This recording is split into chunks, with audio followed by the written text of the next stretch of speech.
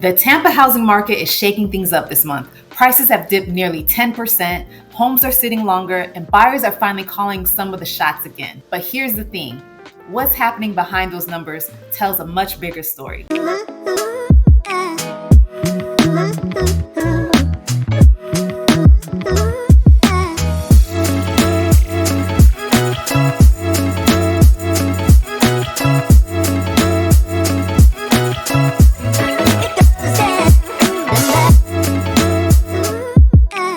Hey everyone, I'm Chenica and this is my husband Saul. Welcome back to Viva Tampa, your inside look at what it's really like living and investing right here in the Tampa Bay area. Y para todos mis latinos, también se habla español. We're breaking down the latest data from Redfin, Realtor.com, and recent Tampa market reports, plus what it all means for you if you're thinking about buying, selling, or just keeping an eye on Tampa's market. So grab a coffee because these numbers tell a story you're going to want to hear. Now, before we get into the stats, let's walk you through the four major market indicators that really explain what's going on right now.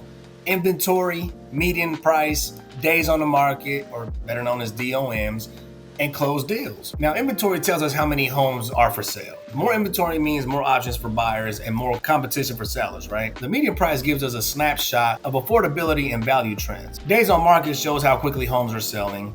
Shorter timelines mean stronger demand, while longer timelines shows that the buyers have a bit more breathing room. And finally, closed sales are the number of homes that actually make it across the finish line.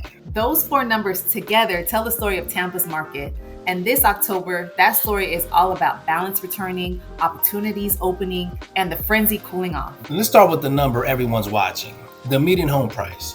As of October of this year, 2025, Tampa's median sale price sits at about $442,500, which is down 1.7% from July and roughly 9% lower than last year.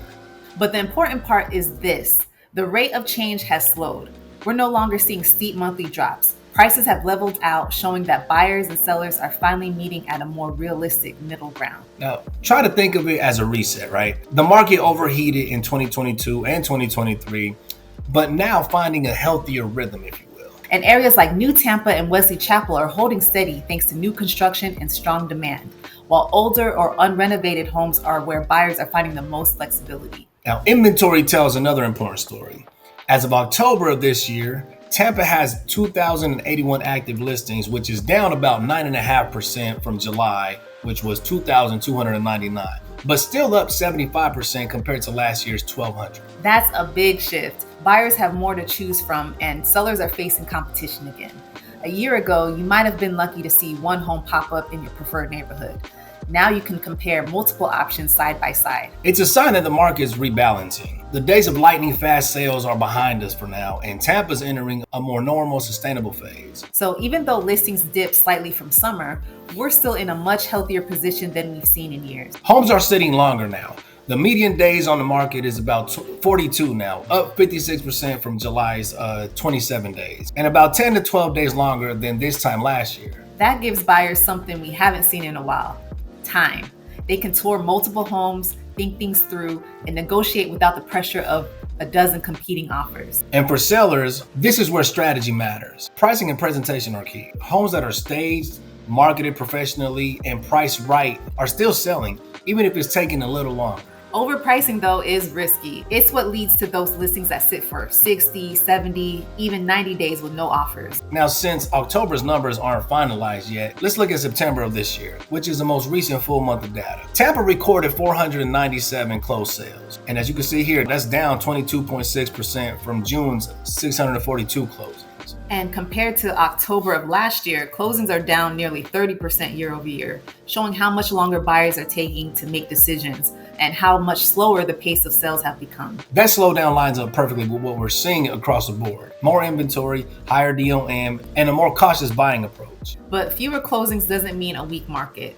It means the frenzy is gone. We're finally in a space where buyers can negotiate, and serious sellers, the ones who price smart and stay flexible, are still getting across the finish line. Now, homes are selling for about an average of 97.5% of their list price, down slightly from 98.2% in July, and about 1.5 percentage points lower than this time last year. That might not sound like much, but on a $450,000 home, That's about a $6,700 savings for buyers. It's proof that buyers finally have some breathing room and the power to negotiate again. For sellers, that doesn't mean bad news. It just means that you need to price correctly from day one. We keep telling you guys this. It's very important, right? Buyers are more educated now. They're looking at comps now, tracking market trends, and waiting for realistic deals. But when a home is priced right and marketed well, it still sells quickly. That part hasn't changed. Mortgage rates have finally started to ease up as well.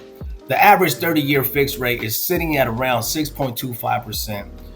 Which is the lowest we've seen all year. Even that small drop makes a big difference. For many buyers, it can mean hundreds saved each month, or the ability to afford a slightly higher priced home without raising their payment. And with experts predicting rates could continue to dip heading into 2026, it's sparking renewed interest in the market, especially amongst buyers who paused earlier this year.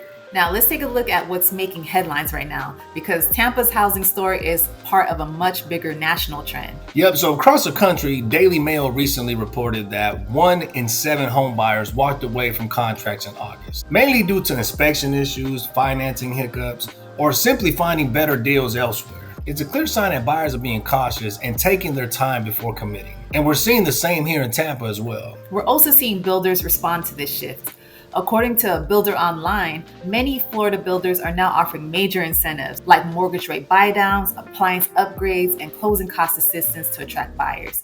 And that's what's happening right here in Tampa Bay, especially in fast-growing areas like Riverview, Waimama, and Wesley Chapel. Locally, Tampa Bay Business Journal reports that the slowdown in sales is affecting related industries like roofing, landscaping, and remodeling. But that's not necessarily bad news. It's helping stabilize prices and cooling off the extreme competition we saw over the last couple of years. And here's the good news.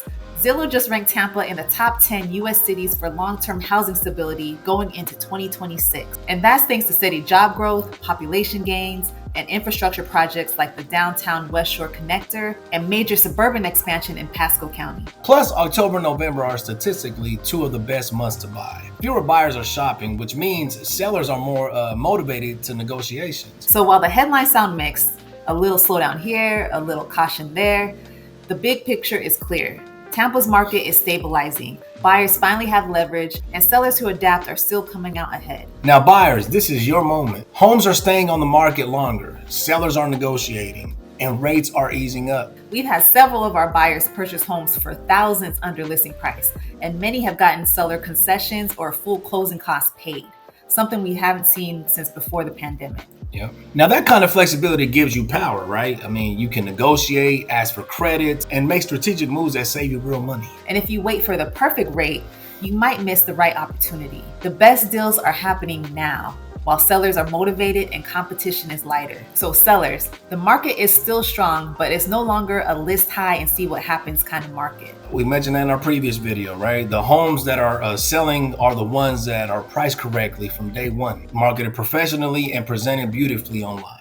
Buyers are looking closely at value, and if you meet them there, you can still sell fast and for top dollar. So looking ahead, experts are forecasting a 2 to 3% appreciation next year as Tampa's market continues to stabilize. Between downtown redevelopment, new growth in Pasco and Manatee counties, and steady in-migration from other states, Tampa's long-term outlook remains one of strength and opportunity. Tampa's housing market is shifting, but it's not slowing down.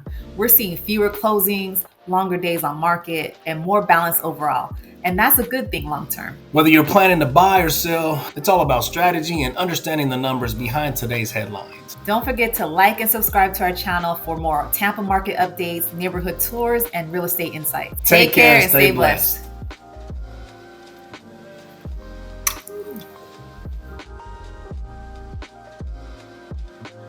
Zillow just ranked Tampa in the top 10 U.S. cities for long-term housing stability going into 2020. That's thanks to steady job growth. 2026. Oh, shit. Okay. You did great. I know. Go ahead. All right.